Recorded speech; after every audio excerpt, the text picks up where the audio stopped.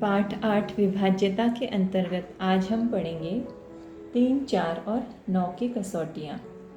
तो 3 की कसौटी क्या कहती है? यदि किसी संख्या के अंकों के योगफल में 3 से निशेष भाग जाता है तो वह संख्या 3 से विभाज्य है। यहाँ पर एक सारणी बनाई है मैंने। अब इस सारणी में इस कसौटी को हम लगाकर देखते हैं। संख्याएं दी गई यहाँ पर बाईं ओर और यहाँ पर कुछ पूछा गया है आपको, तो उसके आधार पर आपको बताना है कि क्या 3 की कसौटी यहाँ पर खरी उतरती है या नहीं। तो पहला है 63। तो यहाँ पूछा गया संख्या के अंकों का योगफल कितना है। तो संख्या के अंकों का योगफल, संख्या ये है 6 और 3, इनका योगफल कितना होगा? 9 होगा। अब 9 में 3 से भाग जाता है, इसीलिए क्या योगफल में 3 से निशेष भाग जाता है? ये योगफल है 3 जमा 6 बराबर 9। ये इन दोनों का योगफल है। जमा करने के पश्चात ये संख्या प्राप्त होती है। तो इस संख्या में 3 से भाग जाता है, हाँ जाता है। उसके बाद क्या दी गई संख्या 3 से विभाज्य है? भाग जाता है, अर्थात ये संख्या, ये पूरी संख्या भी 3 से विभाज्य होगी। उसी तरह से अब यहाँ दूसरी संख्या दी गई 872। तो तीनों संख्याओं को जोड़ेंगे। 872 में 8 जमा 7 जमा 2, 8 जमा 7 15, 15 जमा 2 17। क्या 17 में 3 से भाग जाता है? नहीं जाता है। इसीलिए ये जो संख्या है वो 3 से विभाज्य होगी क्या? नहीं होगी। तो यहाँ पे क्रॉस करना है हमको। अब 91 में कौन सी संख्याएं हैं? 9 और 1, दोनों को जोड़ देंगे। 9 और 1 होता है 10। क्या 3 के पहाड़े में 10 आता है? नहीं आता है। तो योगफल में 3 से निशेष भाग नहीं जाता। यदि योगफल में निशेष भाग नहीं जाता तो ये संख्या में भी 3 से भाग नहीं जाएगा। अब है 552। 5 5 2, सबको जोड़ेंगे। 5 और 5 10, 10 और 2 12। अब 3 के पहाड़े में 12 आता है, 3 चौक 12। तो क्या योगफल में 3 से निशेष भाग जाता है? इस योगफल में 3 से निशेष भाग जाता है। यदि इस योगफल में 3 से निशेष भाग जाता है तो ये संख्या जो है 552 भी 3 से पूर्ण रूप से विभाजित हो जाएगी। अब 9336, 9336 सबको जोड़ दीजिए। 9 और 3 12, 12 और 3 15, 15 और 6 21, 21 3 के पहाड़े में आता है, तो यहाँ पे, और ये भी इस तरह से। अब 4527, 4527 सबको जोड़ देंगे। 4 और 5 9, 9 और 2 11, 11 और 7 18। अब 3 6 18 होता है, तो इस योगफल में 3 से भाग जाता है, तो इस संख्या में भी 3 से निशेष भाग जाएगा। तो इस तरह से हमने ये 3 की कसौटी देखी। अब हम देखते हैं 4 से विभाज्यता की कसौटी। 4 की कसौटी क्या कहती है? यदि किसी संख्या के दहाई और इकाई के स्थान वाले अंकों से बनने वाली संख्या में 4 से निशेष भाग जाता है तो वह संख्या 4 से विभाज्य है। अब यहाँ पर भी एक सारणी बनाई हुई है, तो हम देखते हैं कि क्या ये कसौटी किस तरह से इन संख्याओं पर खरी उतरती है। पहला है 952।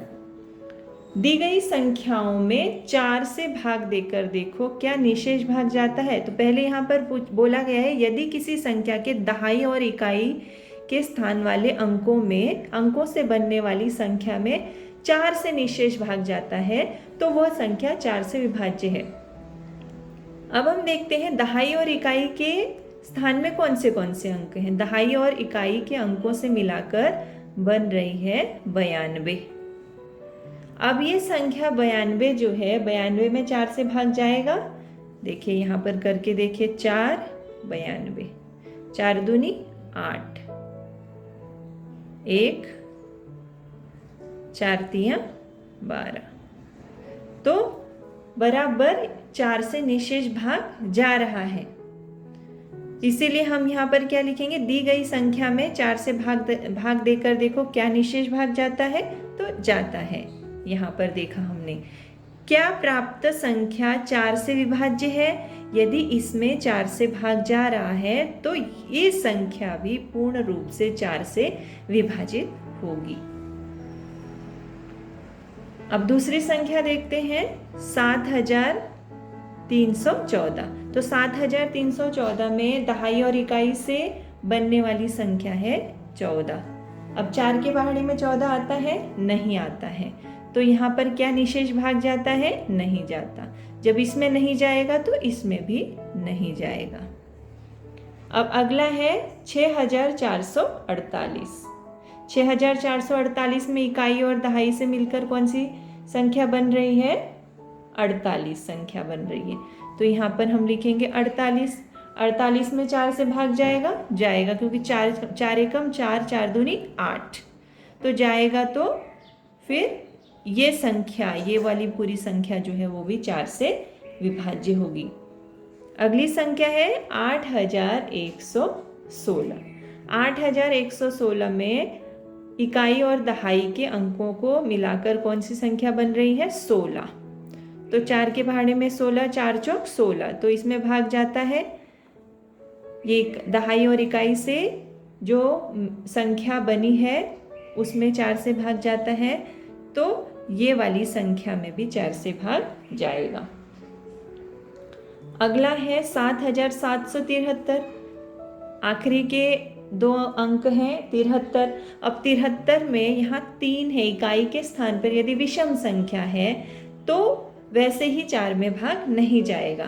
तो यहाँ पर हम क्या लिखेंगे? नहीं जाएगा। क्यों नहीं जाएगा? क्योंकि यहाँ विषम संख्या है। 4 के पहाड़े के इकाई के स्थान पर देखिए, 4 का पहाड़ा बोलकर देखिए, कोई भी संख्या विषम आती है क्या? नहीं आती है, सारी संख्या सम आती है। तो 73 में भी 4 का भाग नहीं जाएगा। अब 3024। 3024 में दहाई और इकाई के अंकों से मिलकर कौन सी संख्या बन रही है? 24। 24 4 के पहाड़े में आता है, 4 6 24, तो यहाँ पर जाएगा और यहाँ पर भी विभाज्य हो जाएगी। अब अगला है हमारी, अगली कसौटी है हमारी 9 की कसौटी। 9 की कसौटी क्या कहती है कि यदि किसी संख्या के अंकों के योगफल में 9 से भाग जाता है तो वह संख्या 9 से विभाज्य है।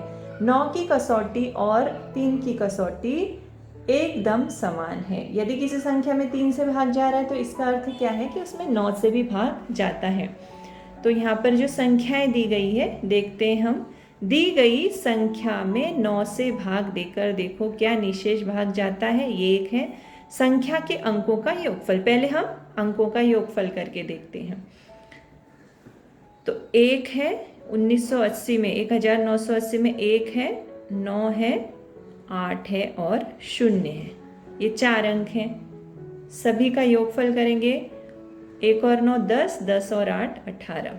अब 18 में 9 से भाग जाता है तो यहाँ पर इस तरह से निशेष भाग जाता है। यदि इसमें 18 में 9 से भाग जाता है तो ये इस पूरी संख्या में भी 9 से भाग जाएगा। अगली संख्या है 2999। इसी तरह से करेंगे 2999। सबको जमा करेंगे। 2 और 9 11, 11 और 9 20, 20 और 9 29। अब 29 9 के पहाड़े में नहीं आती है तो इसमें भाग नहीं जाता। इसमें नहीं जाता तो 9 से विभाज्य भी नहीं है। अगला है 5004। 5004 में 5 0 0 4। सबको जमा करेंगे। 5 और 4 9, तो 9 में 9 का भाग जाता है तो ये विभाज्य हो जाएगी। अगली संख्या है 13,389। तो 13,389 में 13,001, 3, फिर 3, फिर 8, फिर 9, इस तरह से इतनी संख्या 13,389। सबको जमा करेंगे। 1 और 3 4, 4 और 3 7, 7 और 8 15, 15 और 9 24। अब 24 9 के पहाड़े में आती है क्या? नहीं आती है, तो इसमें भाग नहीं जाता। इस अंक, ये जो योगफल है उसमें 9 का भाग नहीं जाता, तो यहाँ क्रॉस करेंगे। जब इसमें नहीं जाता तो इसमें भी नहीं जाएगा, तो यहाँ पर भी क्रॉस आएगा। अगली संख्या है 7,568।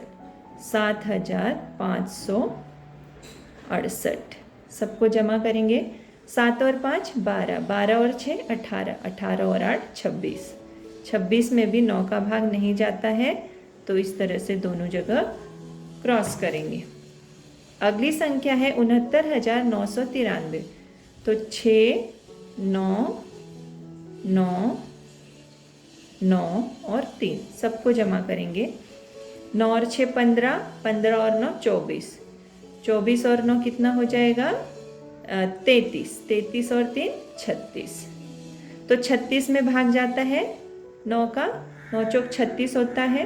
तो इस तरह से इसमें भी पूरा जो 9 से, ये पूरी संख्या जो है 9 से विभाज्य होगी।